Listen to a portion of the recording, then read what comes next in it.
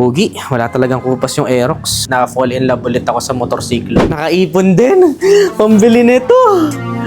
Finally! Natupad na din ang pangarap ko.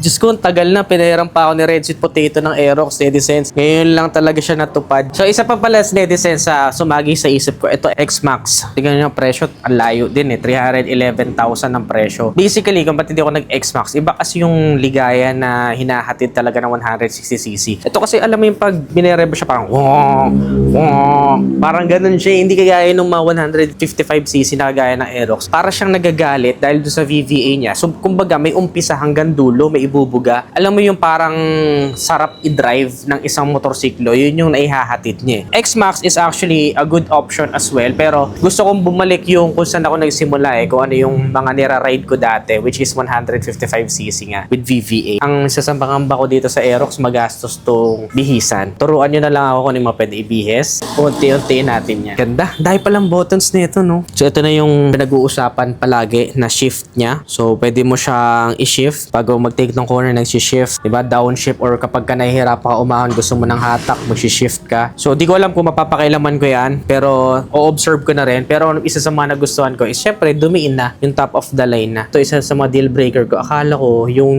hindi SP ay hindi ganito yung panel. So, nakita ko yung white. Ganun din pala yung panel. Okay, excited na ako i-test drive.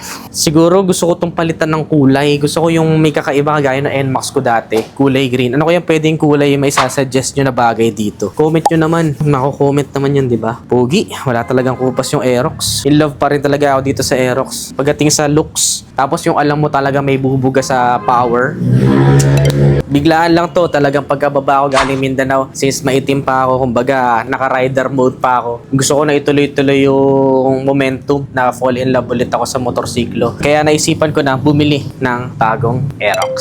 Siyempre, anong magandang side mirror. At saka palitan agad natin ang gulong, yung pang banking agad.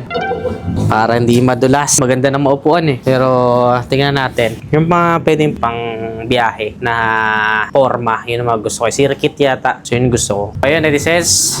Abangan nyo yung ating mga ride kasama tong aking Aerox SP. So di ko pa alam kung ano ipapangalan ko sa kanya. Kailangan remarkable for keeps to. Personal na use ko to. Ito yung mga tipong parang yung mga NMAX ko dati na si JJ. Yung mga pang diinan, pang matagalan. Hindi siya pambentahan. Panggamitan talaga. So kailangan ko ng madiin-diin na name. Comment nyo dyan sa baba. Abangan nyo kung saan tayo makakarating gamit tong Aerox SP. Nagustuhan mo to, don't forget to give this video a thumbs up. Subscribe. Again, this is Adriano. Always keep it cool, fry safe always. Babayaran ko lang. Tapos, test drive tayo. Tara!